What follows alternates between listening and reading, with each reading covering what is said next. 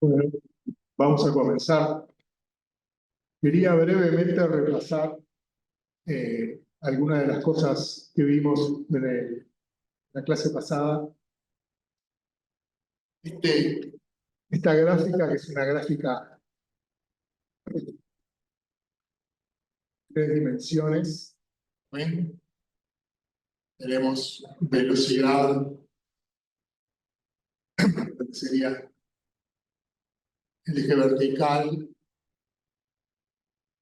fuerza, el eje plano, y en este eje perpendicular al plano representado de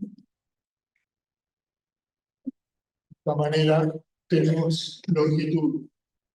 O sea que tenemos las 3 variables que resultaron ser relevantes en la performance mecánica activa del músculo. Si yo miro la curva tensión-longitud isométrica, la que fijamos la longitud antes de estimular y luego estimulamos y desarrollamos fuerza correspondiente a esa longitud sin que el músculo cambie cambie la longitud, tenemos nuestra curva tensión-longitud, que ustedes ven que tiene máximo. Ahí está, longitud óptima.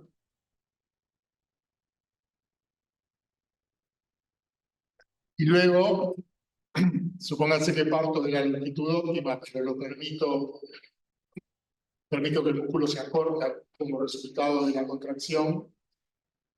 Se contrae isotónicamente, es decir,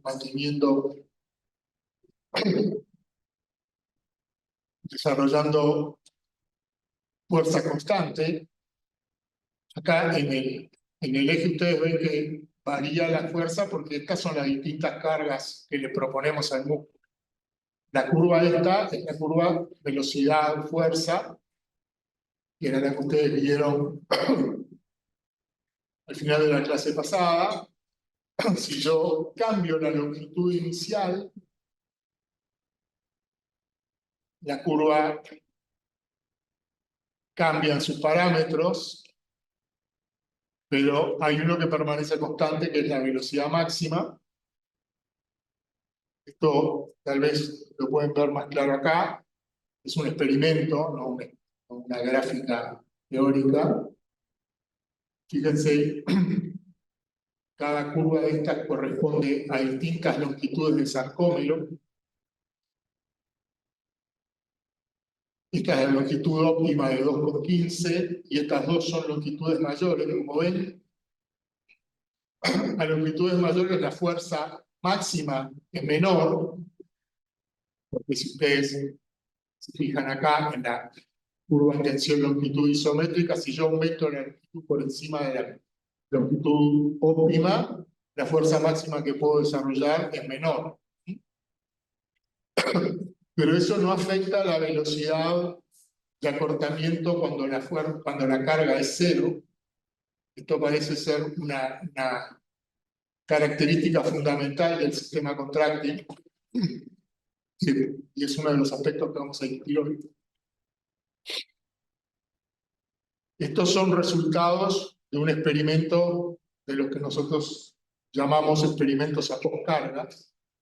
¿Se acuerdan que habíamos visto que para independizar la longitud inicial del músculo de la carga que el músculo tiene que desplazar, nosotros teníamos un sistema en el cual sosteníamos la carga independientemente de la longitud pasiva inicial, es decir, independientemente de la tensión pasiva que corresponde a la longitud inicial.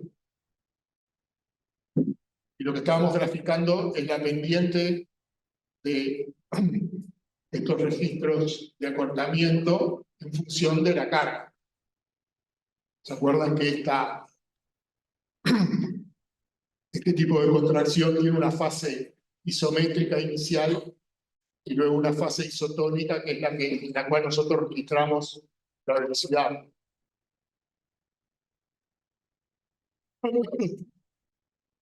Y por último habíamos visto un tipo de contracción en la cual el músculo se contrae activamente, pero como la carga es mayor a la que puede desarrollar, a la fuerza que puede desarrollar el músculo a la longitud inicial, eventualmente el músculo se elonga, a pesar de que está siendo estimulado y se está activando el mecanismo contráctil. A este tipo de contracciones le llamábamos contracción excéntrica, a diferencia de la contracción isotónica, que es un tipo de contracción concéntrica, en el cual el músculo se acorta, que en un aparato de contracción isotónica, la contracción excéntrica se ve como una moderada velocidad negativa si la carga se mantiene dentro de un cierto rango. ¿Qué quiere decir una velocidad negativa? Quiere decir que el cambio de longitud es el de aumentar la longitud y no el de disminuirla. Eso es una convención que nosotros tenemos, pero si el acortamiento me da una velocidad positiva, el elongamiento me va a dar una velocidad negativa. Lo que muestra esta curva es que si la carga es demasiado grande, el músculo no la puede sostener, se alarga de manera casi catastrófica. Nosotros vamos a tratar de reproducir o interpretar todos estos fenómenos mecánicos que se observan como consecuencia de la activación contráctil en base a la función de las moléculas que constituyen los sarcómeros. Y ese es el objetivo de la clase de hoy. Este diapositivo seguramente lo han visto muchas veces, con más o menos color, pero es tradicional. Esto es lo que llamamos una miofibrilla. A nivel de las miofibrillas, que son manojos de miofilamentos, ya se genera la estructura de bandeado transversal, porque los miofilamentos que se organizan con este patrón que nosotros llamamos sarcómero. Tenemos la clásica banda clara o banda I, la banda oscura o banda A. Cada banda I está dividida en dos por lo que llamamos el disco Z, y la unidad estructural está limitada por dos discos Z más próximos, o sea que un sarcómero contiene a la banda A y tiene dos hemis banda I lateralmente. ¿Se acuerdan que habíamos dicho que la observación al microscopio, ya sea óptica o electrónico, mostraba que todos los cambios de longitud del músculo se hacen a expensas de cambiar la longitud de la banda I y ocurre con banda A de longitud constante? Cuando yo tiro un músculo, separo los discos Z del sarcómero, lo que hago es aumentar el espesor de la banda I. Cuando yo lo comprimo, disminuyo el espesor de la banda I, y lo mismo pasa cuando un músculo se acorta activamente. Cuando se contrae, disminuye el espesor de la banda. Los miofilamentos, dependiendo de la especie, varían sus longitudes, pero dentro de la misma especie tienen longitudes características. Por ejemplo, en nuestra preparación favorita, que es el músculo esquelético de la rana, los miofilamentos finos tienen una micra de largo.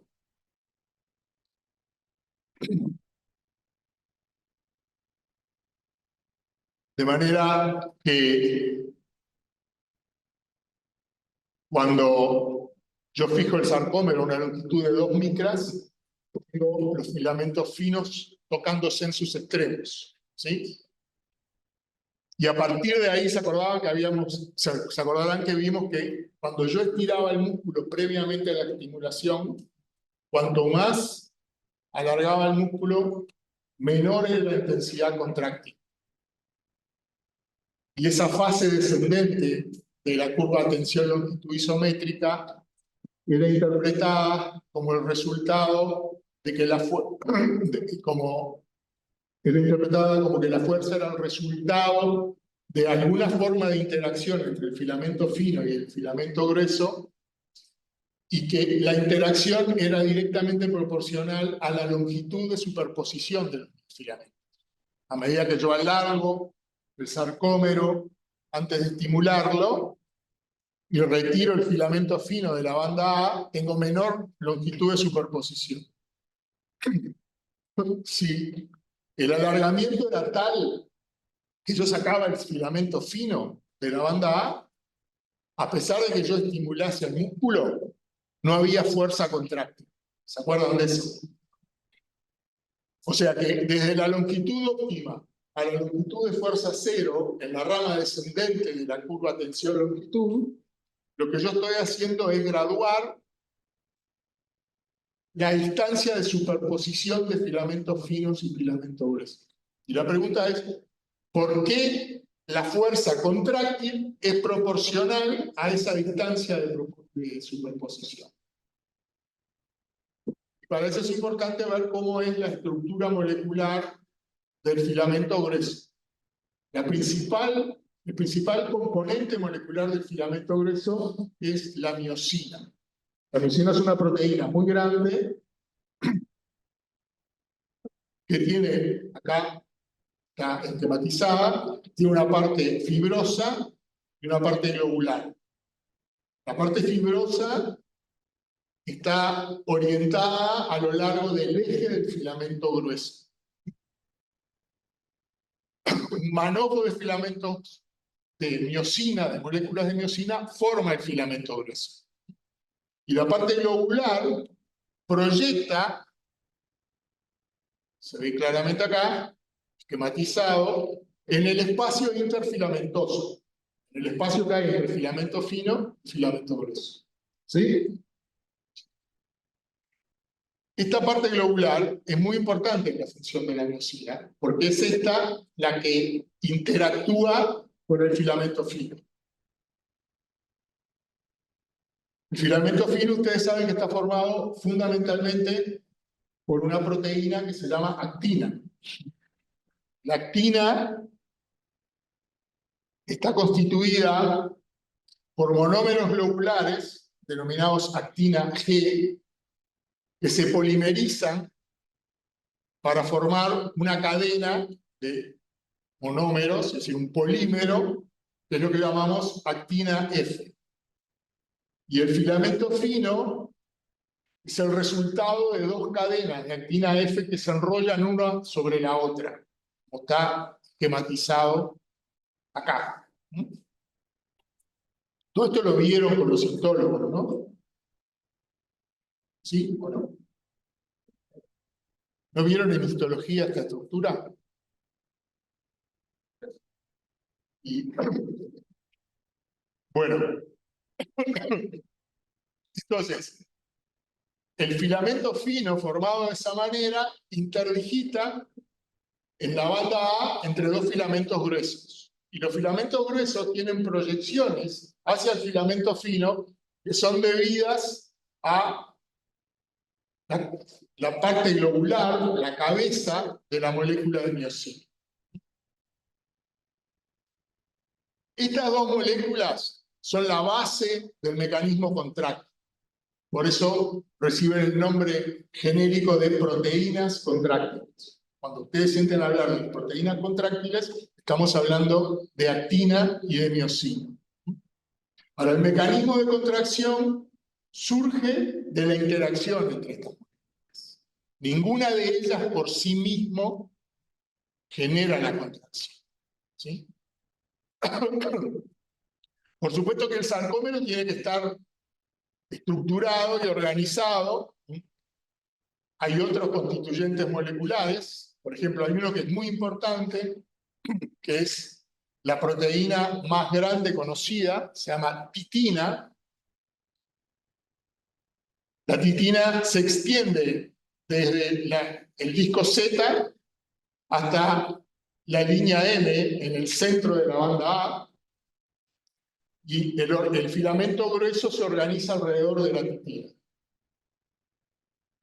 Es como la columna vertebral del filamento grueso, pero además tiene la función de conectar la banda A, perdón, la línea Z con el centro de la banda A.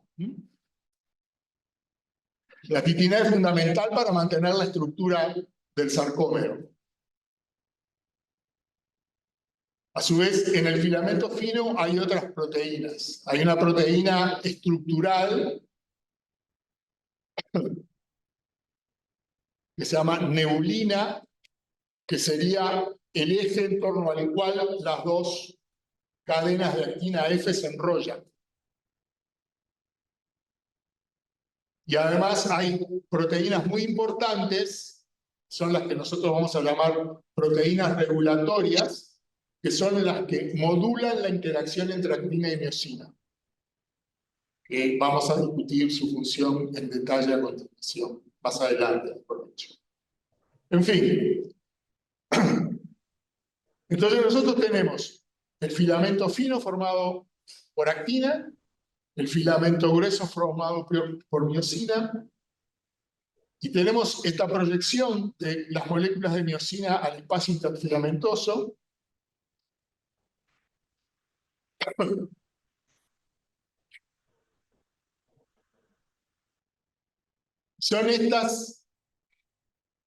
Es esta parte de la miosina la que se une al filamento fino, la que se une a cada molécula de actina y genera la contracción.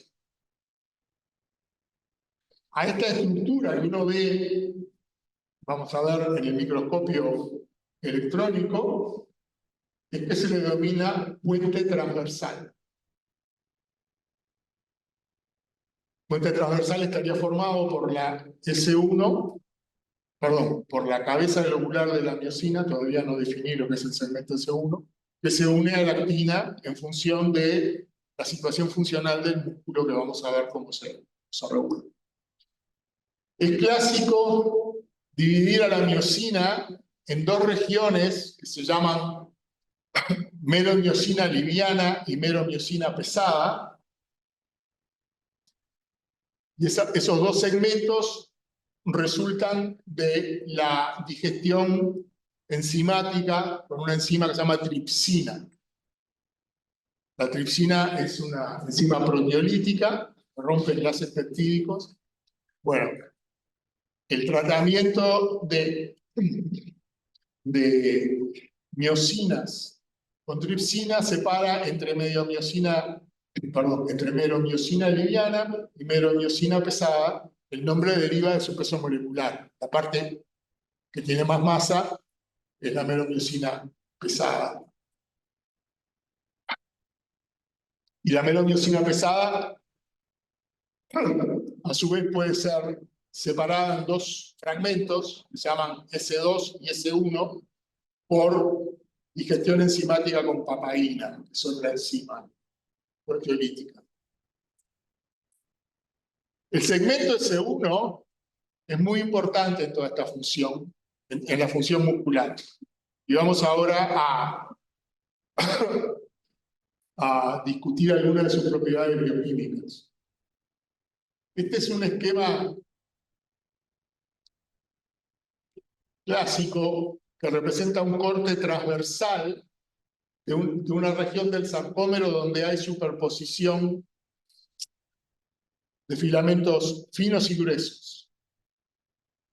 Estos círculos representan los filamentos finos, cortados transversalmente. Estos círculos gruesos, mayor radio, representan el filamento grueso. Y estas son las proyecciones en el plano de los segmentos S1. Fíjense que esto tiene una estructura hexagonal, aunque todas estas proyecciones no están en el mismo plano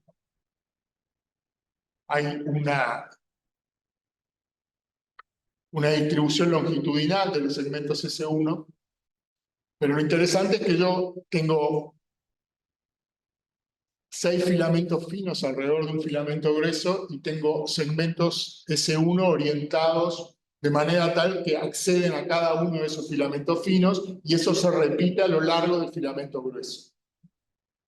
¿Se entiende lo que estoy diciendo? Bien. El segmento S1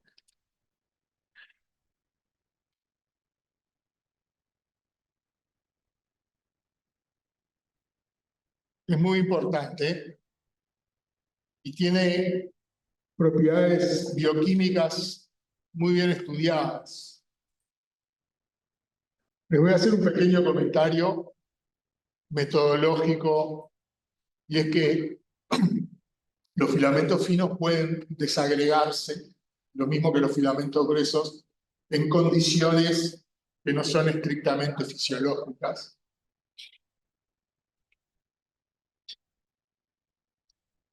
Y el resultado final es que yo puedo tener, a partir de un músculo, yo puedo obtener una solución de segmentos S1, después de que yo desarmo el filamento grueso, lo digiero enzimáticamente para separar la meromiosina liviana primero y el segmento S2 después, y me quedan segmentos S1 en solución.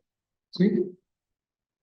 Y lo mismo puedo hacer con la actina F, que la puedo despolimerizar y pasar a tener actina G. ¿Sí? Esos procedimientos bioquímicos son muy importantes porque se puede hacer bioquímica de tubo de ensayo, digamos, con los constituyentes moleculares del músculo y estudiar sus propiedades. Entonces, yo acá les hice un resumen de las propiedades más importantes del segmento S1. La primera y más fundamental, que está tapada acá, es que el segmento S1 se une a la actina. Es el segmento S1 el que une miosina con actina. Tiene un sitio de afinidad química con la actina. Y a ese complejo, segmento S1 con actina, se le llama actomiosina. El segmento S1 tiene otro sitio que une ATP, distinto del sitio en el cual une actina.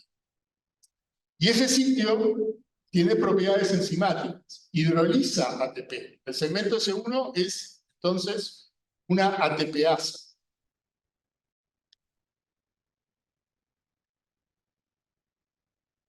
Esto es una propiedad muy importante porque ustedes se dan cuenta que el músculo,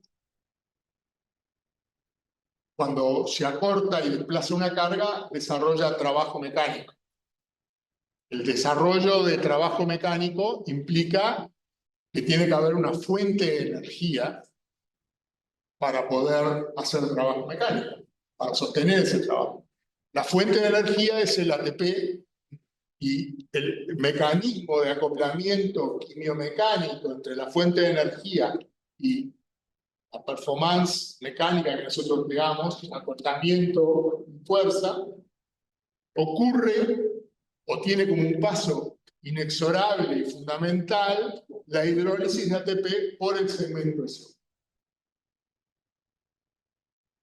Y la función bioquímica del segmento S1 como ATPasa es modulada por la actina. La actina, ven acá la propiedad 4, le digo, la actina aumenta la velocidad del ciclo de hidrólisis de ATP. Si yo no tengo actina, el S1 hidroliza ATP por supuesto, pero lo hace lentamente. En presencia de actina, lo hace más rápidamente. Si la cantidad de moléculas de ATP que hidroliza en estado estacionario por unidad de tiempo aumenta cuando yo tengo actina en la solución.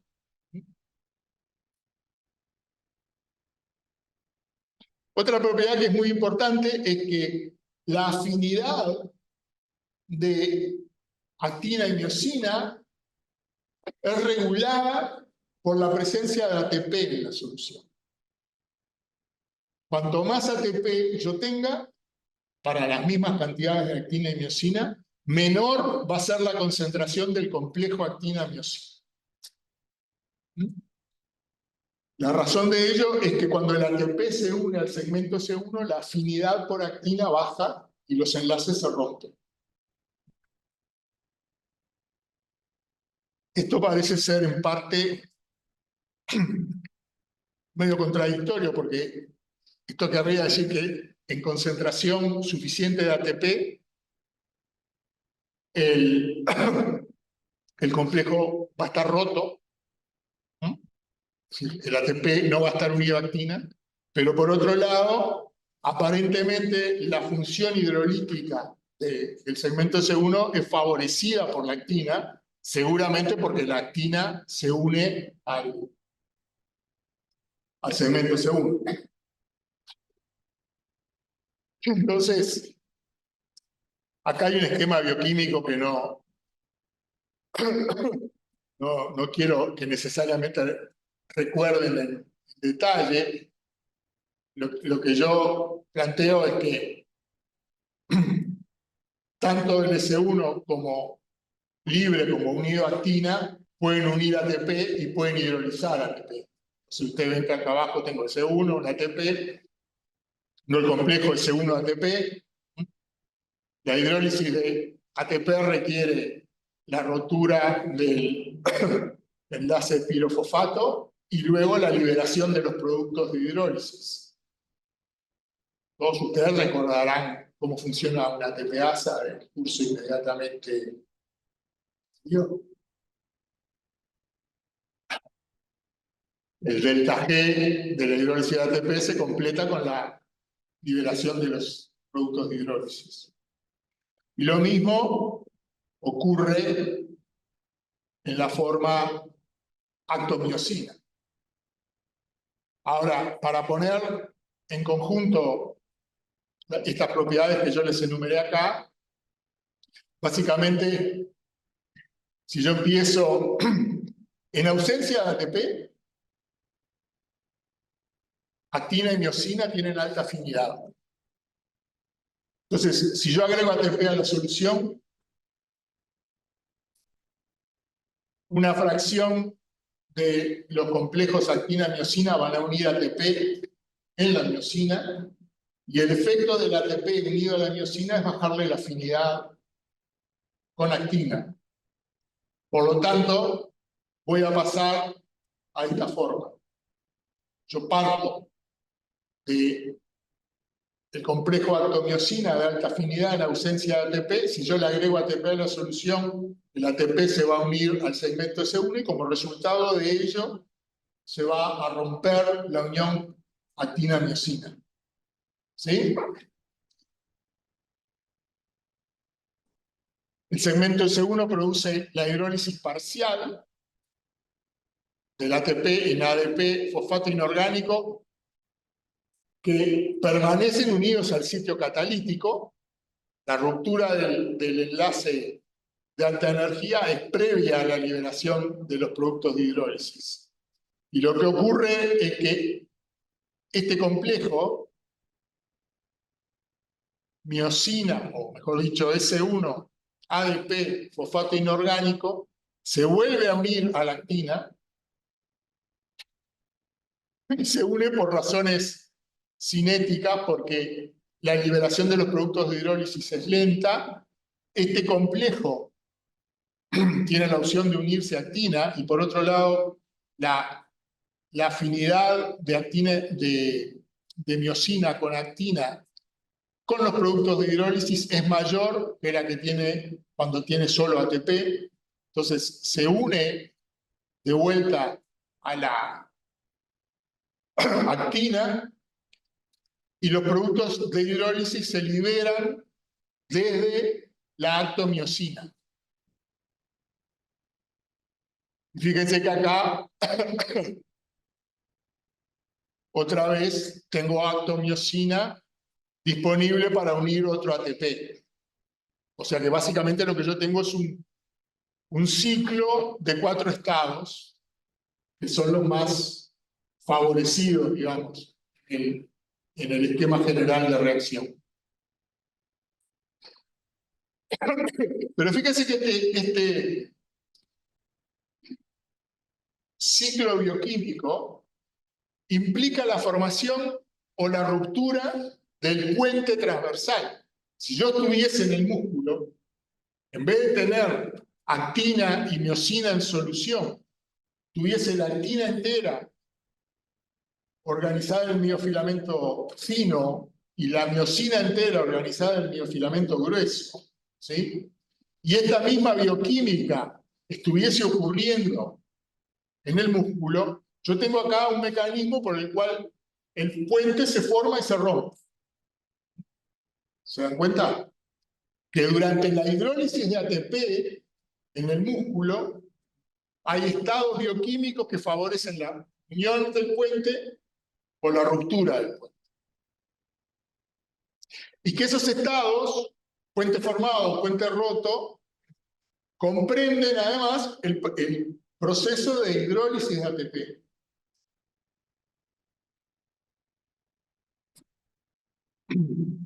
Yo les quiero contar un par de cosas estructurales. Esta es una microfotografía electrónica de la banda A con superposición de filamentos finos y gruesos. Y ustedes ven los puentes transversales proyectados en el espacio interfilamentoso. Acá se ve más claro, es la misma micro con mayor amplificación. Y esta imagen se obtenía en un músculo relajado, un músculo que se fijó para todo la procedencia. Fijar el músculo quiere decir que ustedes lo matan y lo incluyen en un medio rígido que después lo pueden cortar con un micrótomo y poner cortes muy finos para estudiar en microscopía electrónica o microscopía óptica con técnicas no necesariamente iguales de fijación.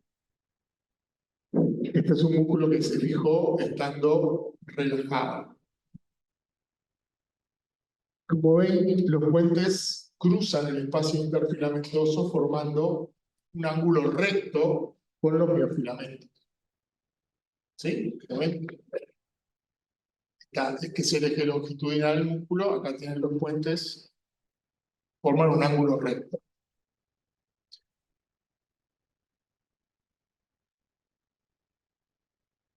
Cuando el músculo se fija en un estado que no es el estado de contracción fisiológica en el cual ustedes utilizan el músculo para generar fuerza o movimiento. Es un estado que se conoce con el nombre de estado de rigidez y que se obtiene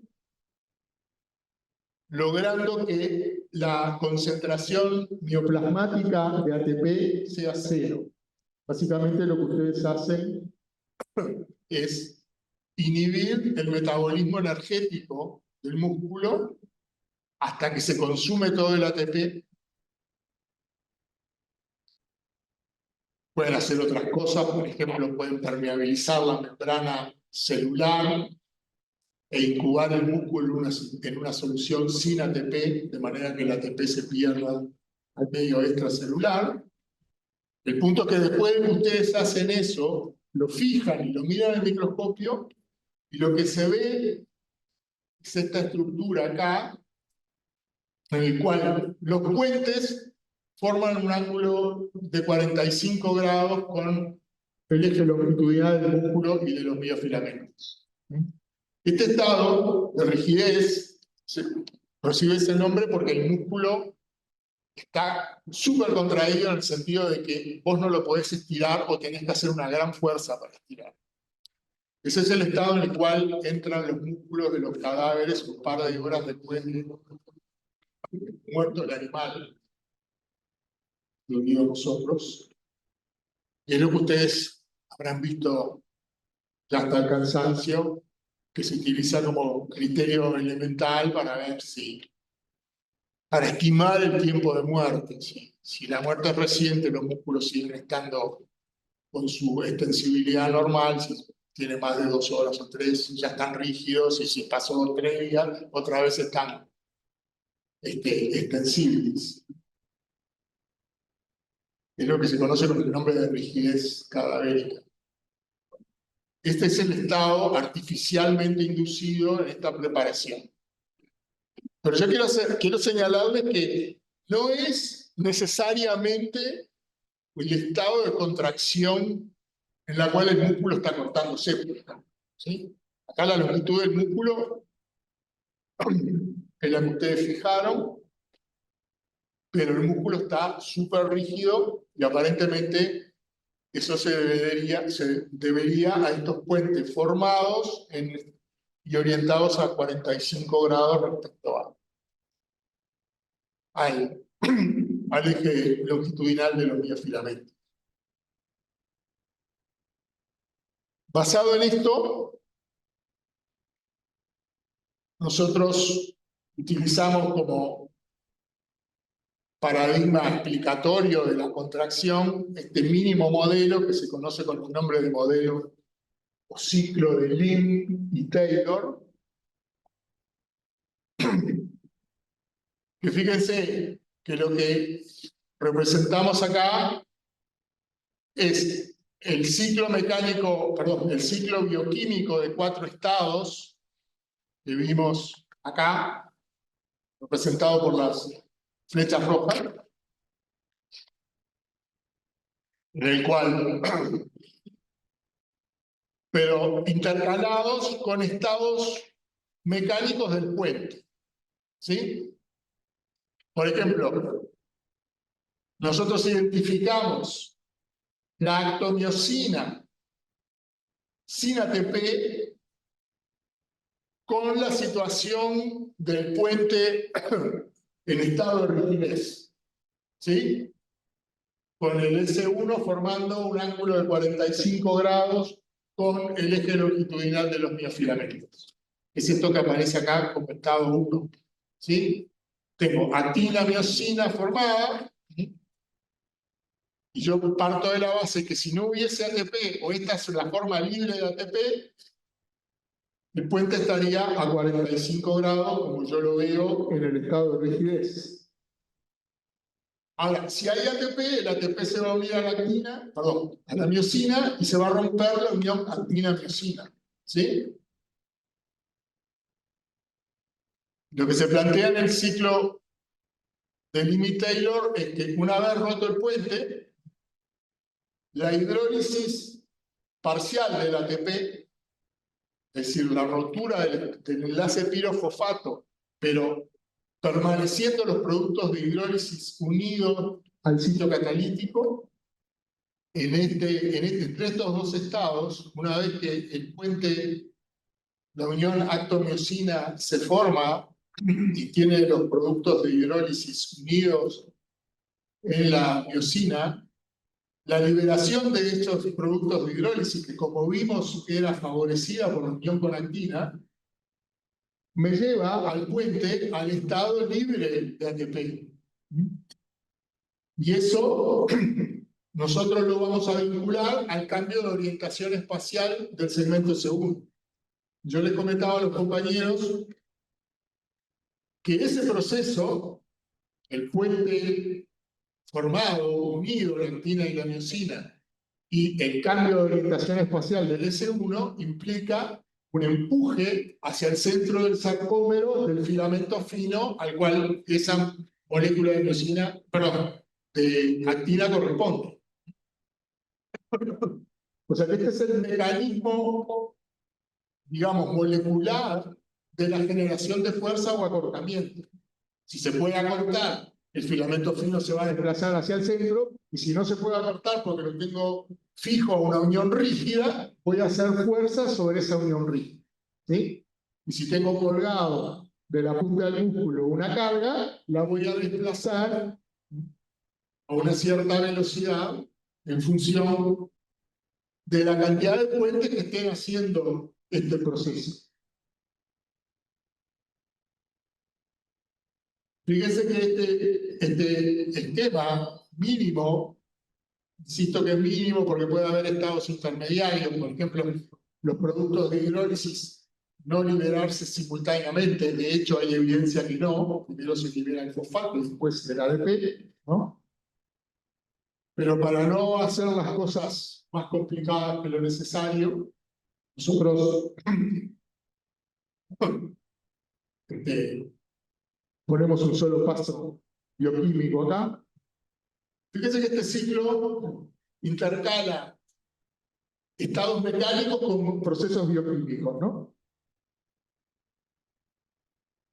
Y al final, cuando el ATP se une, se rompe el puente. Fíjense que si el filamento se desplazó, lo que puedo hacer es repetir el proceso, pero uniéndome a otro sitio de actina y eventualmente desplazar este. ¿Sí? O sea que este mecanismo me genera movimientos y el filamento fino se puede desplazar. Y si el filamento grueso fino no se puede desplazar, el puente se rompe y se vuelve a formar con el mismo sitio en el filamento fino, y cada vez que se forma intenta desplazarlo y hace fuerza. Dependiendo de la cantidad de puentes que yo tenga formados en el mismo instante, voy a tener una fuerza global generada en los extremos del músculo.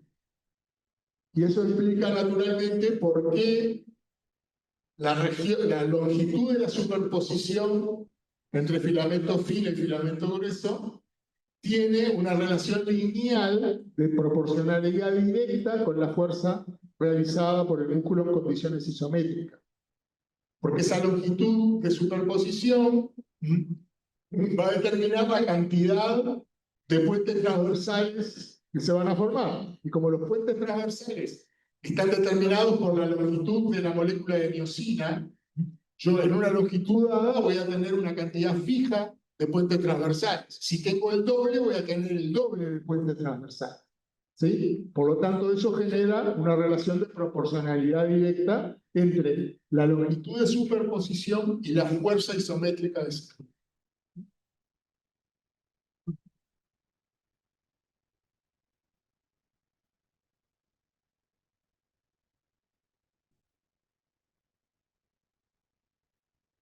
Venía a comentarles alguna cuestión más sobre la propia miosina, sobre el segmento S1. El segmento S1 tiene esta región estrictamente globular.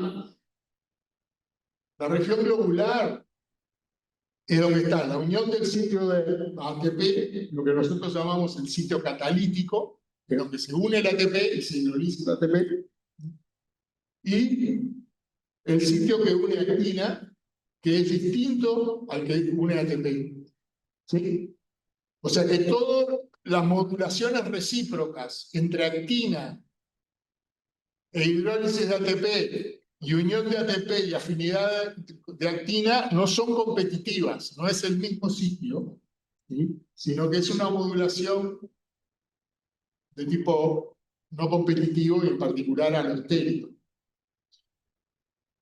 Y después el segmento S1 tiene esto, una parte que no es globular, que es lo que se le llama el cuello o la palanca,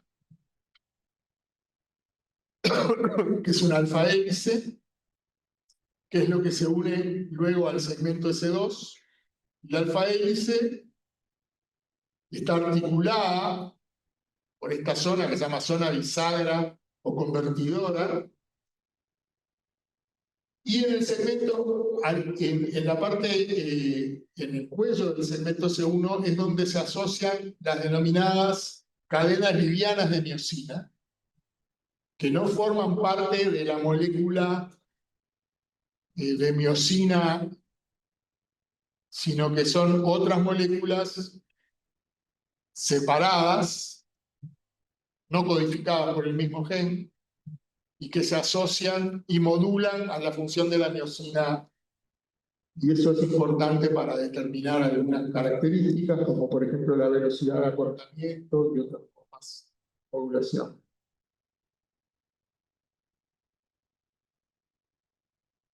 Bueno, estas son todas variantes del mecanismo. Esto es otra vez el mismo esquema que acabamos de ver.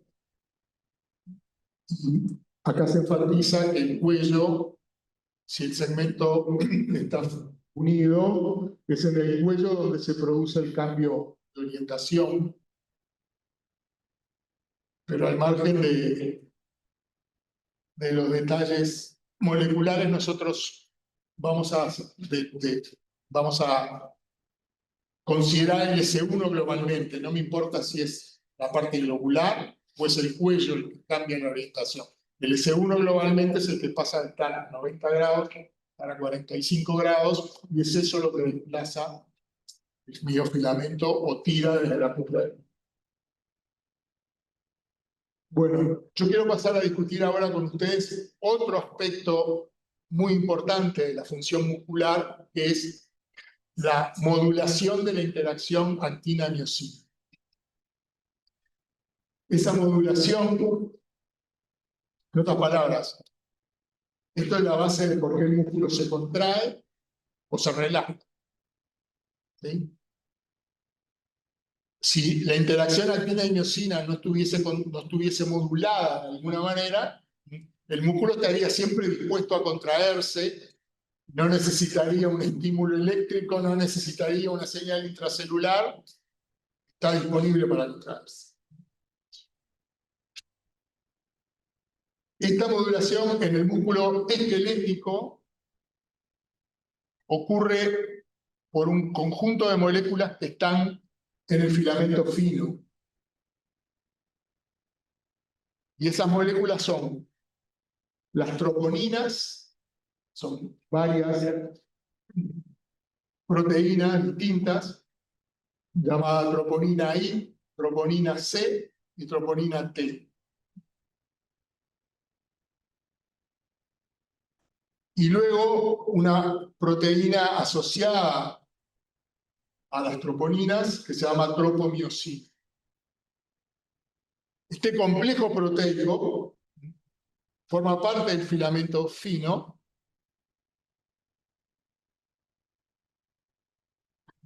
La tropomiosina es esta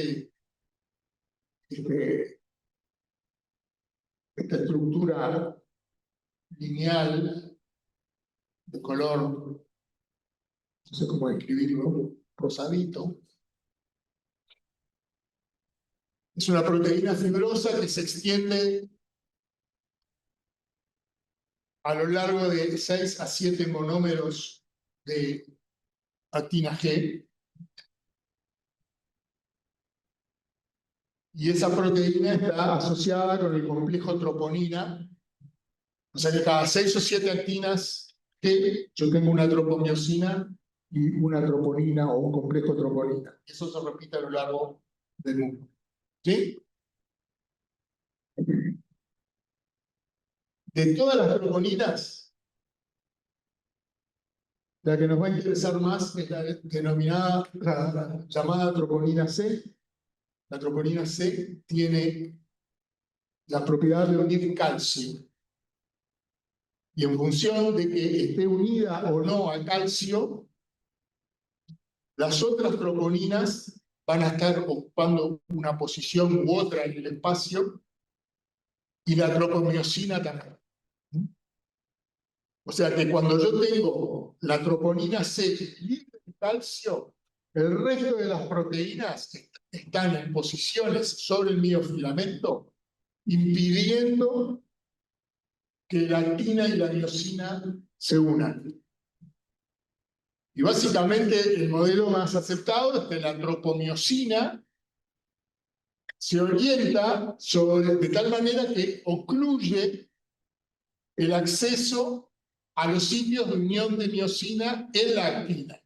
En otras palabras, que la cabeza globular, donde está el sitio de unión de actina, no puede acceder al sitio de unión en la actina porque la tropomiosina está en el medio. Eso es lo que se llama un impedimento estérico. Y ese es el modelo más aceptado de regulación. La tropomiosina inhibe la interacción actina y miosina fundamentalmente porque se interpone entre ambas. Una manera de ver esto de manera más clara, tal vez. Acá hay una vista lateral de lo que ocurre en condiciones de músculo relajado. Fíjense, acá tengo la miosina intentando unirse a la actina y tengo la tropomiosina que impide el acceso. Fíjense acá la troponina C, que es estas dos moléculas, sobre todo la azul, están libres de calcio. Si el calcio aparece en la solución mioplasmática y se une a la troponina C, hay un cambio, fíjense, en la orientación de la troponina I y de la troponina T, que desplazan hacia el surco entre las dos cadenas de actina, la tropomiosina. Ese desplazamiento hacia el surco es el que libera el acceso a los sitios de unión en la actina para la cabeza globular de la miosina.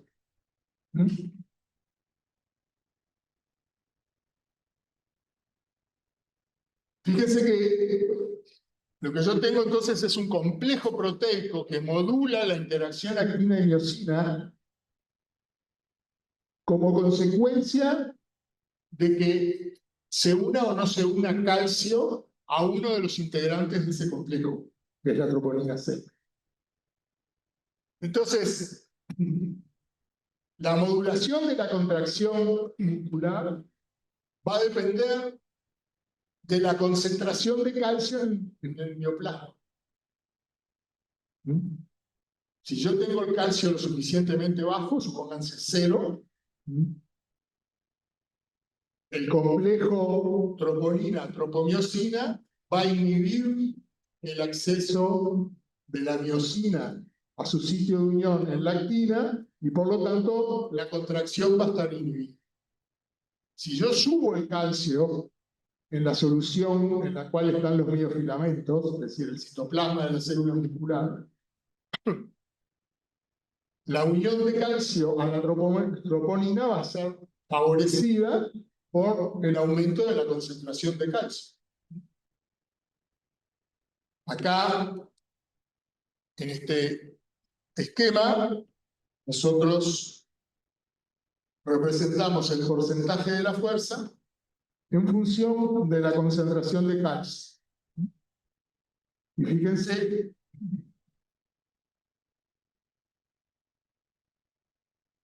primero que nada que el eje de abscisa es logarítmico. Todo el mundo lo ve, se da cuenta que estos intervalos que son de igual longitud son aumentos por un factor de 10 de la concentración.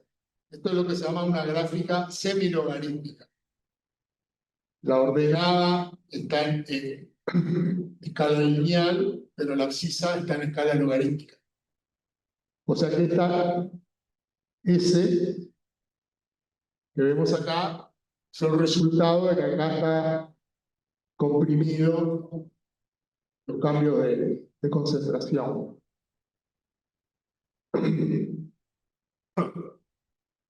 Pero yo quiero que noten las concentraciones.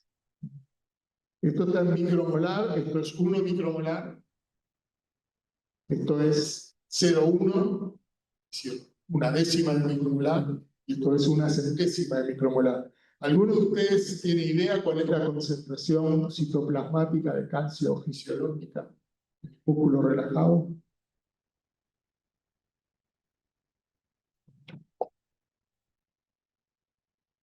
Mucha, poca, un poquito. Es muy baja, la concentración es muy baja. Y está en el rango de 0.1 a 0.05 micromolar. O utilizando otro submúltiplo del mol, o el mol por litro, decimos que está entre 50 y 100 nanomolar. Que fíjense que es este rango. O sea que la concentración citoplasmática de reposo, el músculo está relajado. De alguna manera, como consecuencia de la estimulación eléctrica de su membrana celular, el músculo aumenta la concentración de calcio, que puede llegar a un par de micromolar durante una sacudida simple, y desarrolla una cierta fuerza. Y si yo sigo subiendo el calcio, porque produzco sucesivos potenciales de acciones que suman sus efectos, puedo llegar a activar máximamente la contracción. Esta regulación por calcio se realiza con un intermediario que es la troponina C, donde el calcio se une. ¿Sí? Como resultado de la unión de calcio en la troponina C, vimos que hay un cambio de orientación de posición física de la tropomiosina, que pasa de impedir el acceso al sitio de unión de miosina y actina, permitirlo. A medida de que yo tenga más y más tropomiosinas desplazadas a lo largo del filamento fino, voy a tener mayor cantidad de puentes que se pueden formar, y por lo tanto voy a tener mayor fuerza producida por el músculo al ser estimulado. Fíjense que esto nos plantea un interesante problema funcional de la célula muscular esquelética, y es cómo diablos hace para subir el calcio en respuesta a la estimulación eléctrica de la membrana celular. Y más interesantemente, o tan interesantemente, cómo hace para bajarlo, porque fíjense que las excursiones hacia arriba, hacia mayor calcio y menor calcio, es lo que sostiene el ciclo de contracción-relajación de una célula normal. Si yo, para contraerlo, tengo que subir el calcio, para relajarlo tengo que bajar el calcio. Y me voy a estar moviendo en este rango entre 100 micromolar y 100 nanomolar.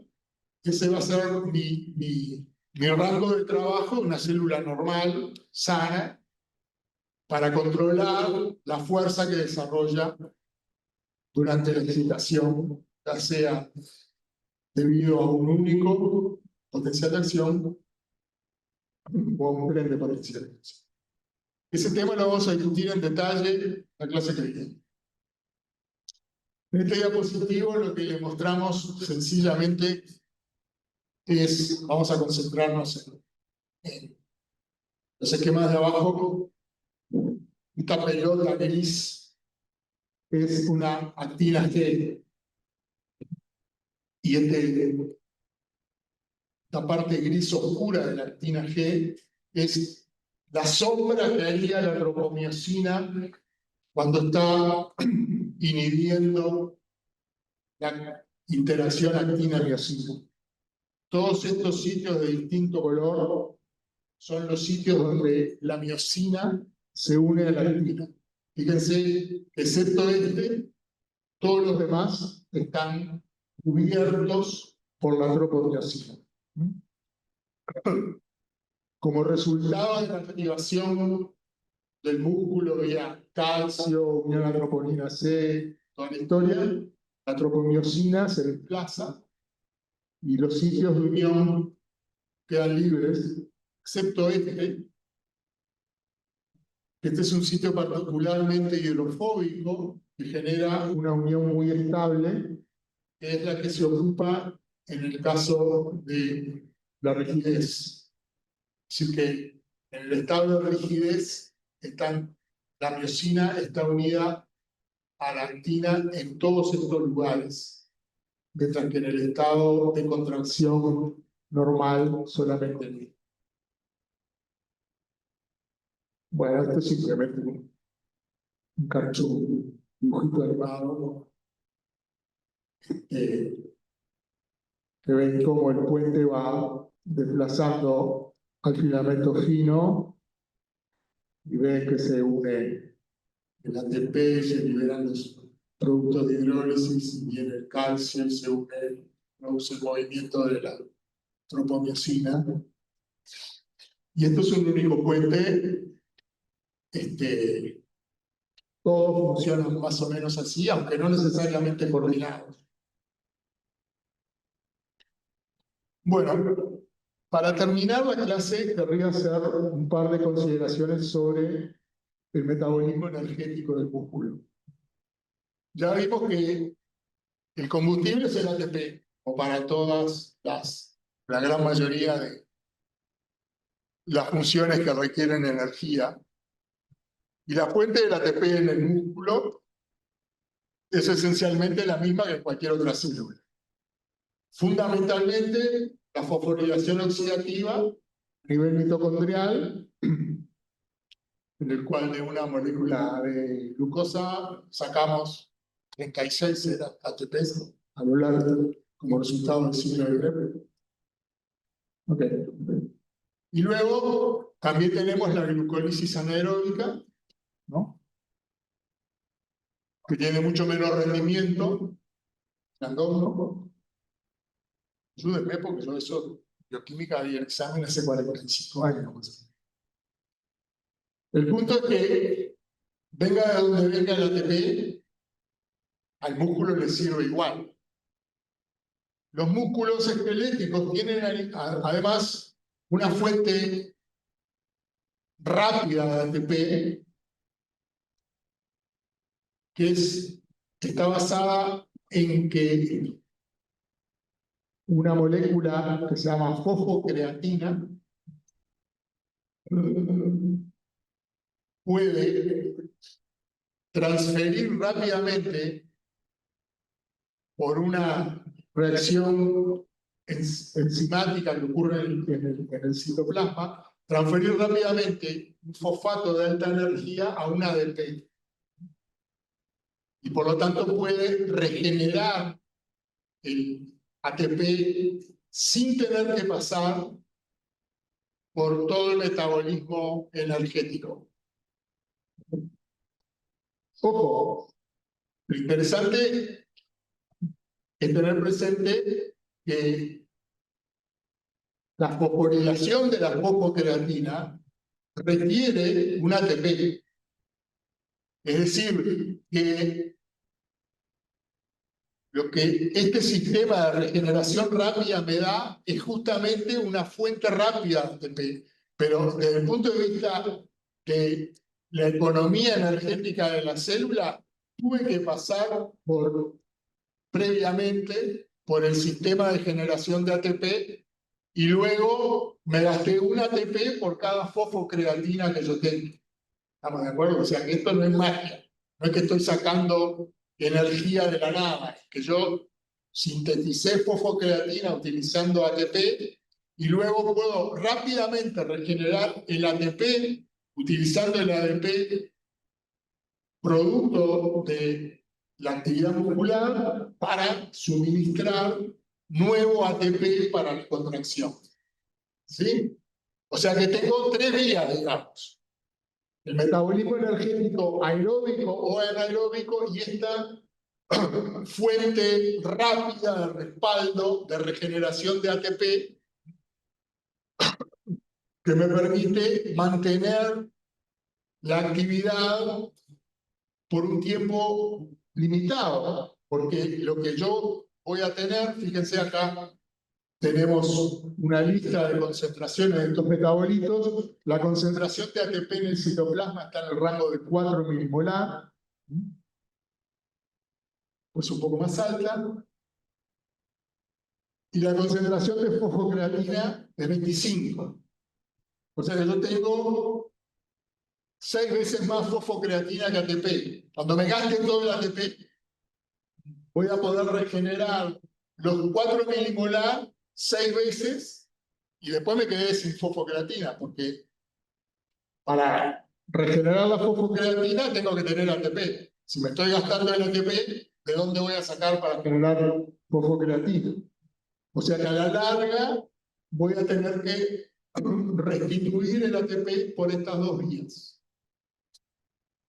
La vía de mayor rendimiento, pero más lenta, es el proceso de fosforilación oxidativa mitocondrial. La vía glucolítica anaeróbica es muy importante también, porque es rápida, es de bajo rendimiento, pero rápida. Y además el músculo almacena glucosa en forma de glucógeno. Ustedes saben que el glucógeno es un polímero de glucosa que también cuenta energía sintetizado. Es decir, yo me gasto, no me acuerdo cuál era un UTP por cada monómero de glucosa que le pongo al glucógeno.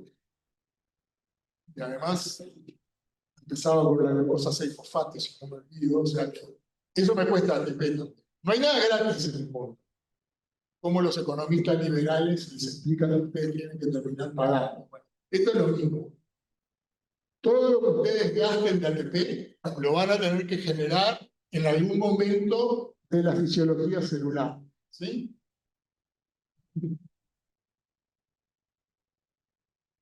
Bueno, pero si yo degrado rápidamente el glucógeno a glucosa y la quemo o la consumo por la vía anaeróbica, voy a poder mantener o por lo menos suministrar cantidades importantes de ATP rápidamente. ¿Sí? Otra vez, cuando se me gaste el glucógeno, se acabó la historia. Otra fuente, en otro lugar donde hay glucógeno almacenado, ¿dónde es? En el hígado. ¿Ah? O sea que la glucogenólisis hepática puede liberar glucosa que va luego a entrar al músculo dependiendo de insulina y puede ser consumida ya sea por la vía oxidativa, pero fundamentalmente por la vía anaeróbica. Bueno, esto es como el teatro de operaciones bioquímico en el cual el suministro de energía para la extracción ocurre. Y vamos a ver ahora vamos a tratar de poner esto en conexión con la función contráctil. Yo acá les muestro 3 tipos de respuestas contráctiles en distintas fibras musculares, eventualmente todas provenientes del mismo músculo. ¿Sí? Miren, yo acá tengo, esto es una sacudida simple, y ven que la escala acá de 2 gramos, acá tengo una sacudida simple de 1 gramo de amplitud. Tengo otras células que tengo una sacudida simple de mayor amplitud, ando en los 10 gramos, y tengo otra que es mucho mayor, en este caso 50 gramos. ¿Qué pasa cuando yo las tetanizo? Bueno, produzco un tétanos que también va a ser más intenso en estas células que en estas otras. La frecuencia de tetanización va a variar, pero esto es lo que pasa con un tétanos único. Acá hay fíjense, durante un único tétanos hay una aparente caída de la intensidad de la contracción, ¿sí? Que puede ser más importante en este otro tipo de célula. O sea que lo que estoy viendo es que tengo células que se contraen con menor intensidad y el otro factor importante que no les comenté es que Las que se contraen con menor intensidad tienen contracciones más lentas. El tiempo al pico es menor, perdón, es mayor, tardó más en llegar al máximo de contracción. Y estas que son más intensas son mucho más rápidas, el tiempo del pico es más corto. Todas se tetanizan, esta se tetaniza a frecuencias más bajas, justamente porque todo el proceso es más lento. Pero la gran diferencia ocurre cuando en vez de largar un solo tétanos, le largo una serie de tétanos sucesivos, ¿no? Si a un tétanos, espero un ratito, a otro tétanos, espero un ratito, a otro tétanos. ¿Sí? Ese patrón de estimulación de tétanos repetidos me genera esta respuesta. Acá cada barrita es un tétanos individual, ¿sí? O sea que tengo un tétano, seguido por otro, con un cierto intervalo de reposo. Y fíjense que estas células lentas, de baja intensidad de contracción, mantienen la amplitud del tétanos durante decenas de minutos. Fíjense que la escala de tiempo acá va hasta 1 hora, ¿sí? Acá está cortado. Yo la guasqueo, le doy, y la piba se sigue contrayendo, con su tetanito moderado y medio lentejo, pero siempre de la misma amplitud. Tengo en el otro extremo estas células que me daban una contracción individual muy intensa, rápida, llegaba rápidamente al máximo. Cuando yo la someto al mismo patrón de estimulación, fíjense lo que pasa. Se banca 3, 4, 5, 10 tétanos y se me viene al suelo. O sea que me puede dar tétanos muy intensos, pero por un breve periodo de tiempo, y luego la intensidad decae enormemente. Fíjense que el rango de tiempo que estoy acá son menos de 10 minutos. ¿Se dan cuenta? Acá llegaba la hora y acá llegó a 6 minutos. Y a los 3 minutos prácticamente no tengo nada. Esta fenomenología la vamos a denominar fatiga muscular. Es la incapacidad que tiene el músculo de mantener la amplitud de la contracción tetánica frente a tétanos repetidos durante periodos prolongados de tiempo. Y fíjense que esta que parecía que estaba en la mitad del camino porque la intensidad no era tan chica como acá ni tan grande como acá y es relativamente igual de rápida que esta otra, muestra una respuesta frente a la estimulación tetánica repetida intermedia. Porque en un rango de tiempo en el cual esta se consume completamente, este tipo de célula lo puede mantener razonablemente, pero si yo la mantengo estimulada el tiempo que estimulo a esta otra y me mantiene el tétanos, acá también se fatiga mucho. O sea que tengo, en términos de la fatigabilidad de los músculos, tengo un músculo que voy a describir como resistente a la fatiga, que frente a un protocolo que induce fatiga no lo logro. Tengo otro que es fatigable y tengo uno que es intermedio, que se fatiga con estimulaciones muy prolongadas, pero que en periodos cortos de tiempo no lo hace.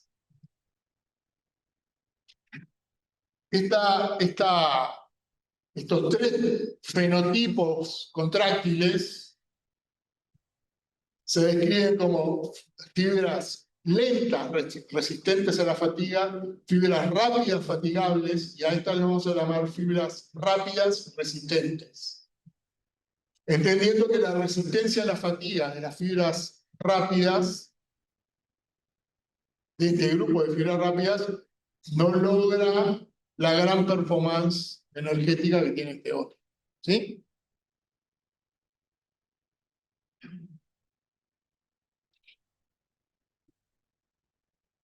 Este es un estudio se llama de histoquímica, ¿no?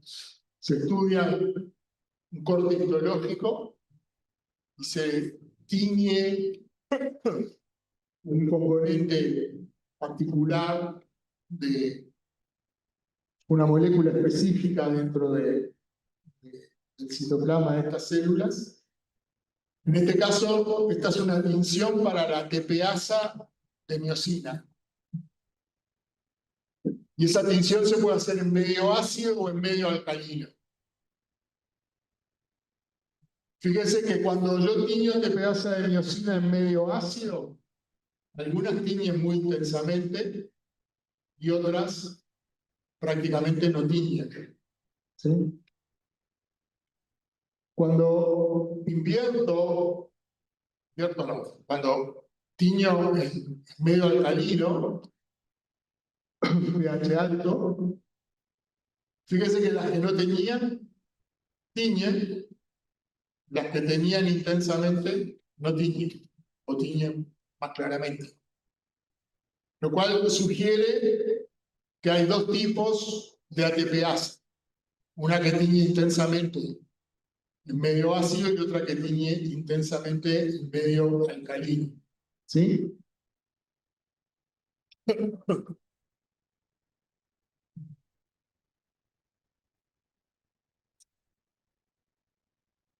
Y acá te nota que es el mismo corte histológico, ¿no? Esta célula es esta célula, esta célula es esta célula. A ver. Son cortes sucesivos muy finos que se tiñen con distintas tinciones para detectar en las mismas células características químicas distintas o no. Y acá lo que hay es una tinción con una enzima mitocondrial. La idea de este tipo de estudio es que si la célula tiene mucha mitocondria, va a teñir intensamente para las enzimas mitocondriales, va a parecer bien oscura, y si esa tinción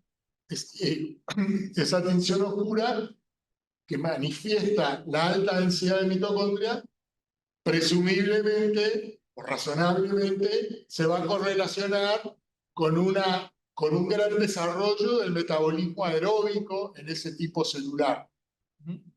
¿Estamos de acuerdo? Entonces, fíjense que yo acá tengo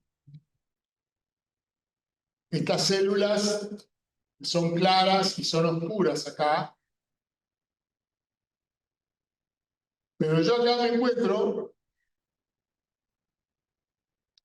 que esta célula que es clara acá tiñe poco para mitocondrias, pero esta célula que es clara acá tiñe mucho para mitocondrias. O sea que aparentemente la correlación entre ATPasa, tipo de ATPasa y contenido mitocondrial no es tan sencilla. Porque yo puedo separar por ATPasa o puedo separar por mitocondrias, pero hay una que me tiñe para una ATPasa con poca mitocondria, pero hay otra que para la ATPasa del mismo tipo me tiñe con mucha mitocondria. ¿Sí? ¿Se entiende el argumento? Se sabe que estas células, fíjense que estas células son más grandes que estas otras, ¿no? Las células que tiñen a pH ácido,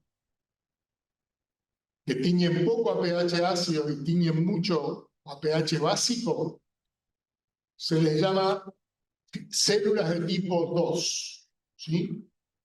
Y esas células pueden presentar mayor o menor contenido mitocondrial.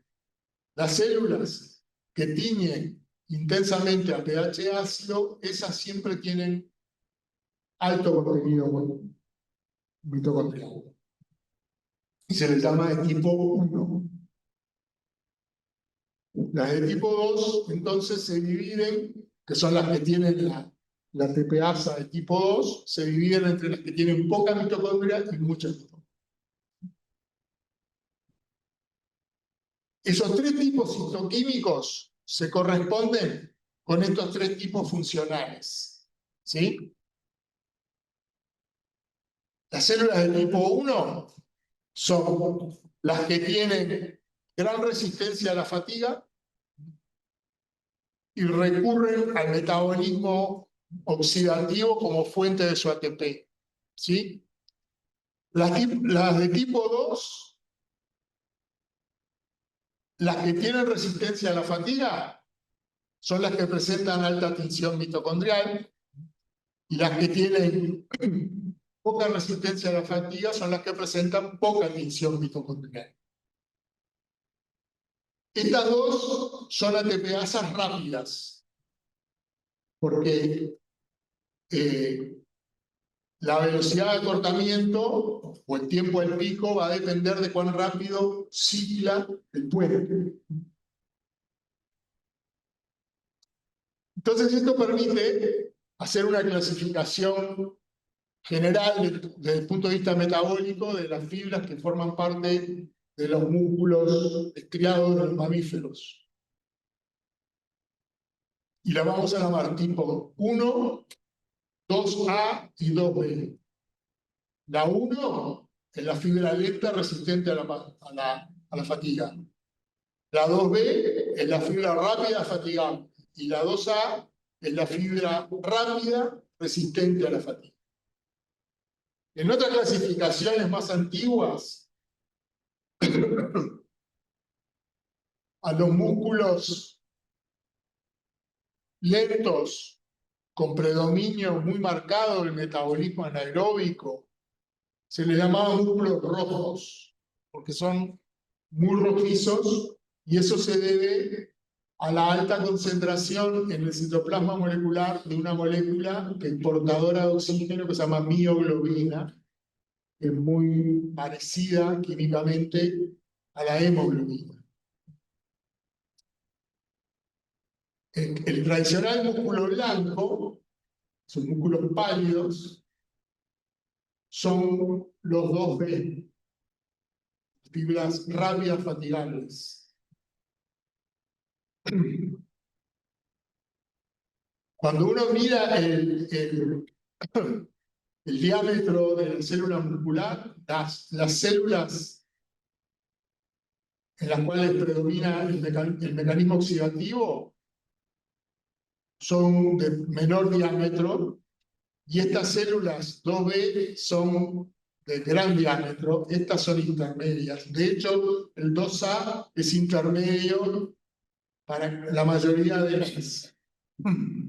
las propiedades. Por ejemplo, si se estudia la velocidad del ciclo de hidrólisis de ATP, las fibras 1, la miosina de las fibras 1 hidroliza lentamente el ATP, y las fibras 2 lo hace rápidamente. La velocidad de la contracción lo mismo, es lenta en las fibras 1 y las fibras 2 son rápidas.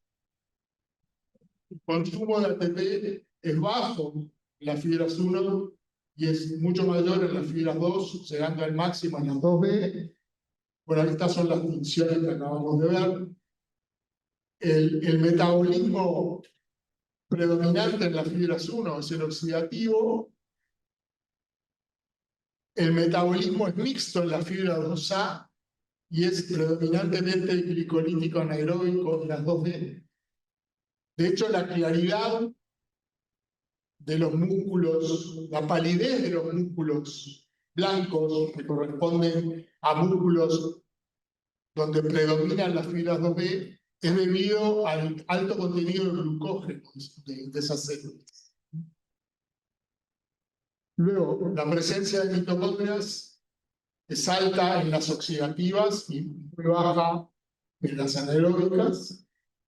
El suministro de sanguíneo que se correlaciona con la capilarización del tejido es alto en las que requieren en las que dependen del metabolismo oxidativo y es menor en las otras. Bueno, el color de las células debido a la mioglobina. El contenido de glucógeno es alto en las 2B, muy bajo en las 1, intermedio en las otras, en las 2A.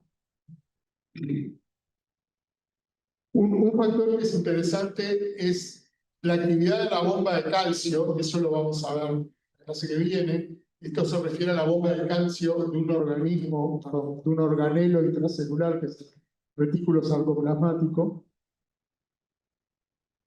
Las fibras de contracción lenta tienen baja actividad de la bomba y esta la actividad es muy rápida, muy alta. Por actividad nos referimos a el flujo a través de la bomba, es decir, la cantidad de calcio transportado por unidad de tiempo en condiciones comparables. Misma concentración de calcio citoplasmático, misma concentración de ATP, ¿no? En fin, como ven, tenemos 3 tipos de fibras musculares. Lentas, resistentes a la fatiga, rápidas, resistentes a la fatiga y rápidas, fatigables. Una cosa que es bien interesante es que un músculo, cualquiera del organismo, va a tener los 3 tipos de fibras. ¿Sí? Por supuesto que hay músculos donde predomina uno sobre otro, pero en general todos los músculos tienen los 3 tipos de fibras. Y lo que es interesante es que si bien un músculo es mixto, desde el punto de vista de su inervación, los músculos obviamente están inervados por neuronas motoras del asta anterior de la médula. Y lo que es interesante es que el grupo de células que es inervado por una misma neurona son todas del mismo tipo metabólico. Al grupo de células inervados por una única neurona se le llama unidad motora. Son todas las células gobernadas por la neurona X. ¿Ah? Esa unidad motora no es mixta. Esa unidad motora es pura. O son fibras 1, 2A o 2B. Son todas del mismo tipo. Por lo tanto, el músculo que tiene varios tipos de células, esas células corresponden a unidades motoras no mezcladas, que tienen patrones de disparo y momentos en que se ponen en funcionamiento característicos de ese tipo celular. ¿Sí? O sea que las unidades motoras también van a ser de tipo 1, 2A o 2B. Las neuronas, si bien son todas motoneuronas, son más chicas las de las unidades, más chicas me refiero a su soma neuronal, es más chico, la de las unidades de fibras 1, intermedia las 2A, y las más grandes son las de 2B. Sus axones también presentan distinta velocidad de conducción, las más rápidas, los axones más rápidos corresponden a las 2B, los axones más lentos a la 1. Como les decía yo, tetanizan a distintas frecuencias. Las lentas tetanizan a baja frecuencia y las otras tetanizan a mayor frecuencia porque el tiempo al pico es menor y la relajación es más rápida. O sea que tengo que poner más cerca 2 potenciales de acción para sumar las respuestas mecánicas. Esto es muy importante, es lo que se llama el reclutamiento. ¿Cuándo se ponen en juego las distintas unidades? El reclutamiento es muy frecuente para estas unidades lentas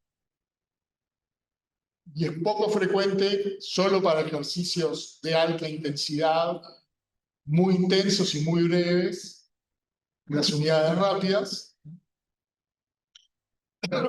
Las unidades motoras tienen, del tipo 1 tienen pocas fibras musculares vinculadas a la unidad, estas tienen muchas. Fíjense que tener muchas fibras musculares en una misma unidad motora implica que una sola neurona puede prender simultáneamente una cantidad de células, lo cual es totalmente consistente con la idea de que estas células están adaptadas al desarrollo de fuerza extrema de manera muy rápida y poco graduada, diríamos. Bueno, y para terminar, un comentario de recapitulación sobre el problema que ya les vine planteando previamente, ¿no? Es decir, un problema es la cantidad de trabajo que yo hago en la unidad de tiempo, la cantidad de energía que yo gasto, y otro problema es de dónde la saco. Como estuvimos viendo, yo tengo algunos recursos un poco tramposos, entre comillas, para disponer rápidamente de energía.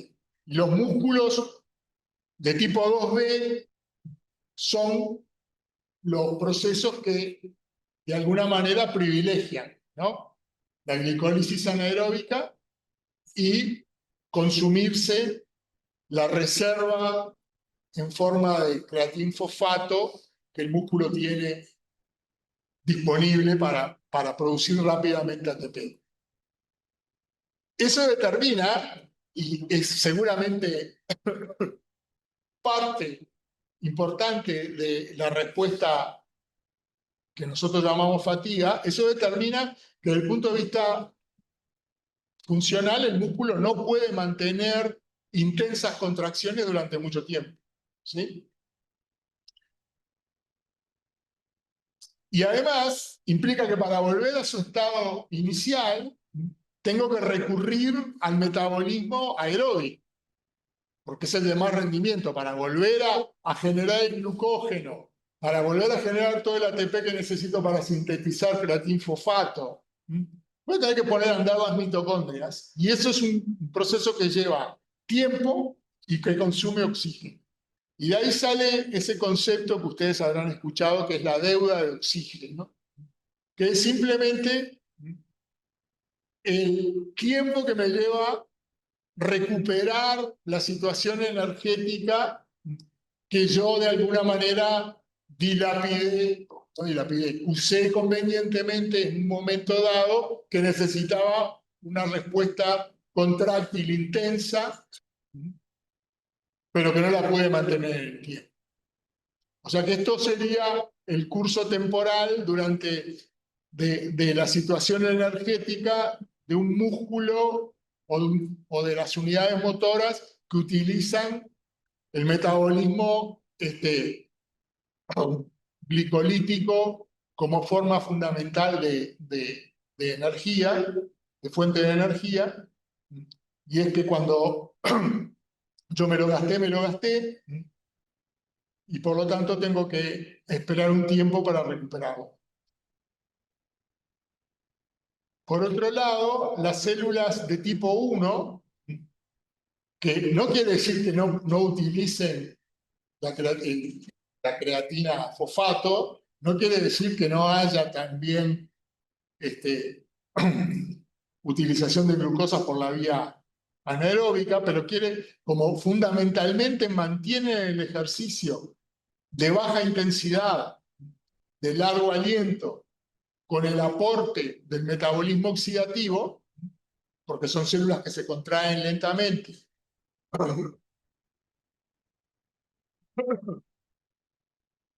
incurren en una menor deuda de oxígeno y son fundamentalmente responsables de lo que podríamos llamar los ejercicios de resistencia. Cuando ustedes se entrenan para correr maratones, por ejemplo, el tipo de músculo, tipo de fibras musculares que ustedes entrenan, digamos, favorecen, son estas células. ¿Qué tipo de células? Ahora, si ustedes van a correr 100 metros llanos, ustedes no les importa que no se banquen 10 minutos corriendo. Ustedes van a correr 10 segundos nada más, ¿no? Y lo que utilizan son las fuentes rápidas de ATP. El ATP almacenado y el que ustedes pueden generar por la vía glicolítica. Bueno, en la clase que viene vamos a retomar el problema de la regulación por calcio. Y mañana la clase. Bueno, que tengan un buen día.